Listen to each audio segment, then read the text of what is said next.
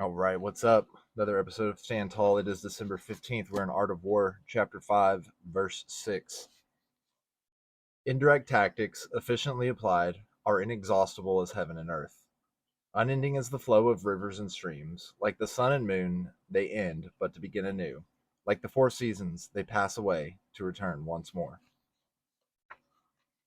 Indirect tactics, efficiently applied.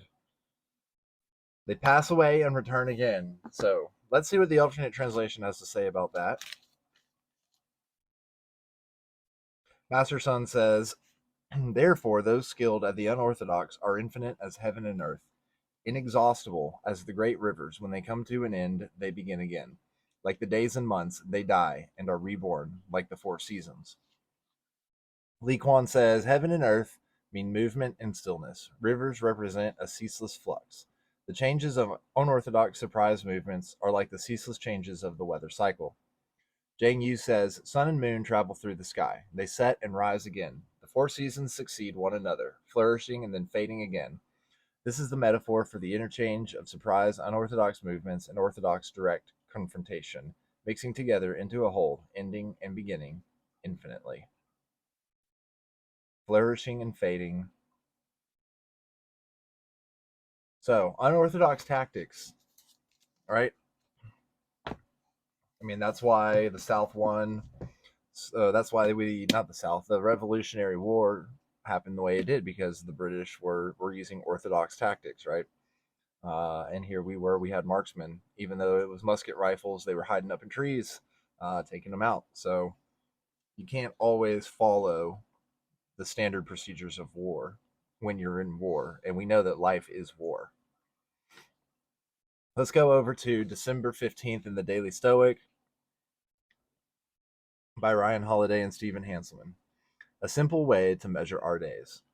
This is the mark of perfection of character, to spend each day as if it were your last, without frenzy, laziness, or any pretending. Marcus Aurelius, Meditation 7.69.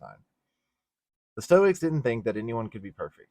The idea of becoming a sage, the highest aspiration of a philosopher, wasn't realistic. This was just their platonic ideal. Still, they started every day hoping to get a little closer to that mark. There is much to gain in the trying. Can you actually live today like it is your last day? Is it even possible to embody completeness or perfection in our ethos? Effortlessly doing the right thing for a full 24 hours. Is it possible for more than a minute?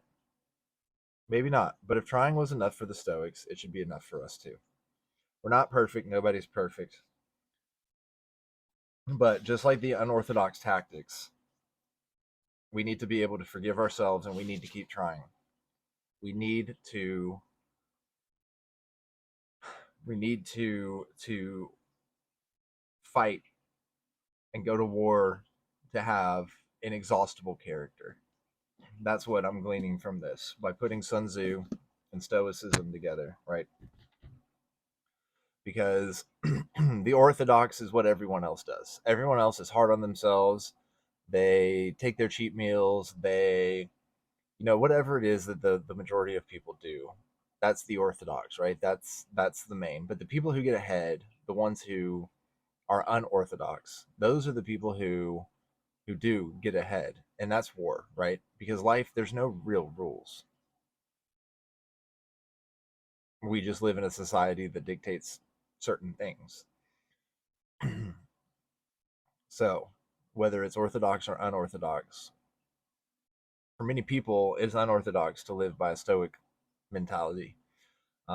It's more orthodox to live by some form of religious background, whether that be Christian, Judaism, Islam, etc. Right? Hinduism, the vast majority of there's many religions out there, and so our unorthodox tactics, they change like the seasons, right? Because we have to be adaptable, and without it, then we perish, and that's when we become hard on ourselves, and that's when we fall into the orthodox of living life like everyone else. But we don't do that because we stand tall and we're unorthodox.